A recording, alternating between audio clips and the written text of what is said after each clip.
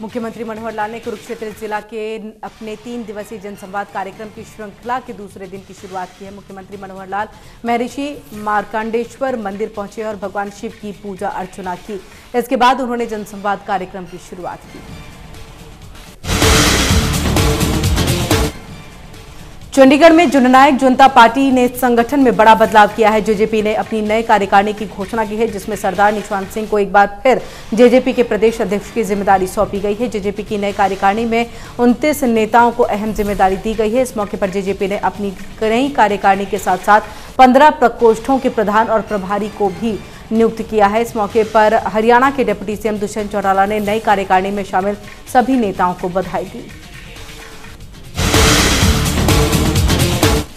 चंडीगढ़ में Haryana state biodiversity board की पहली बैठक की अध्यक्षता हरियाणा के मुख्य सचिव संजीव कौशल ने की है। बैठक में हरियाणा में कम हो रही बायोडायवर्सिटी को ध्यान में रखते हुए राज्य स्तर पर साल 2030 तक की कार्य योजना तैयार की गई है। इस मौके पर मुख्य सचिव संजीव कौशल ने कहा कि बैठक में बनाई गई योजना को सफल करने के लिए एक सब कमेटी का गठन किया जाएगा।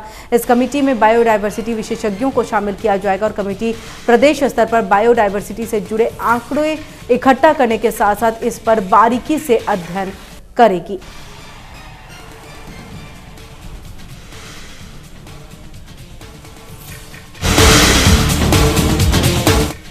रेवाड़ी के नागरिक अस्पताल में वृक्ष गिरने से एम्बुलेंस सहित 4 वाहन क्षतिग्रस्त हो गए हैं। साथ ही 2 लोग गंभीर रूप से घायल हो गए हैं, जिन्हें नजदीकी ट्रॉमा सेंटर में उपचार के लिए भर्ती कराया गया है। तेज बारिश के चलते यह हादसा हुआ है। मौके पर मौजूद लोगों ने अस्पताल प्रबंधन को हादसे का जिम्मेदार बताते हुए कहा कि समय रहते यदि अस्पताल प्रबंधन इस तरफ ध्यान देता तो यह हादसा न होता।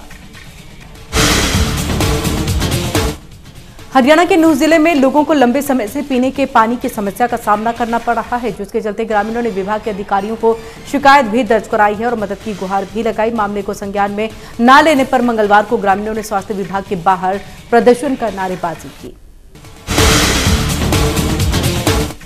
नारनौंद की सब्जी मंडी में एक बिजली की दुकान से लाखों के सामान की चोरी का मामला सामने आया है। दुकान के मालिक अमरजीत ने बताया कि हर रोज की तरह जब सुबह उसने अपनी दुकान को खोला तो उसकी दुकान का सारा सामान इधर उधर बिखरा पड़ा था। इस दौरान उसने पाया कि उसकी दुकान से तकरीबन 7 से 8 क्विंटल तांबे की स्क्रैप और नए तारों के बंडल समेत लाखों का सामान दुकान से गायब है, जिसकी सूचना उसने पुलिस को दी है। मामले की सूचना मिलते ही पुलिस मौके पर पहुंची और मामले की जांच शुरू कर दी गई है।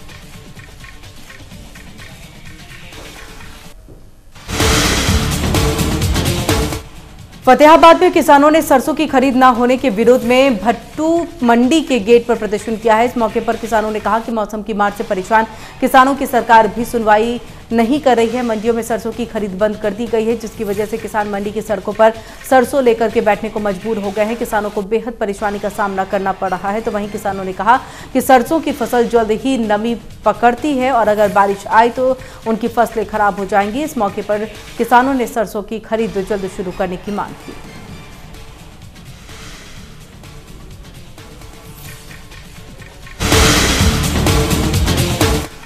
झज्जर मंडी में बरसात की वजह से हजारों क्विंटल गेहूं भीग गया है, जिससे मंडी में रखे गेहूं को बेहद नुकसान पहुंचा है। इस मामले को लेकर किसानों ने मार्केट कमेटी के खिलाफ जमकर के रोष प्रकट किया है। इस मौके पर किसानों ने कहा कि अधिकारियों की लापरवाही के चलते समय रहते गेहूं का उठान नहीं हो पाया है। अधिकारियों ने मौसम विभाग की चेतावनी को नजरअंदाज किया है, जिसके चलते मंडी में पड़ा हजारों क्विंटल गेहूं बरसात की भेंट चढ़ गया। किसानों ने सरकार से गेहूं के उठान की मांग के साथ साथ लापरवाह अधिकारियों पर कार्रवाई की मांग भी की है।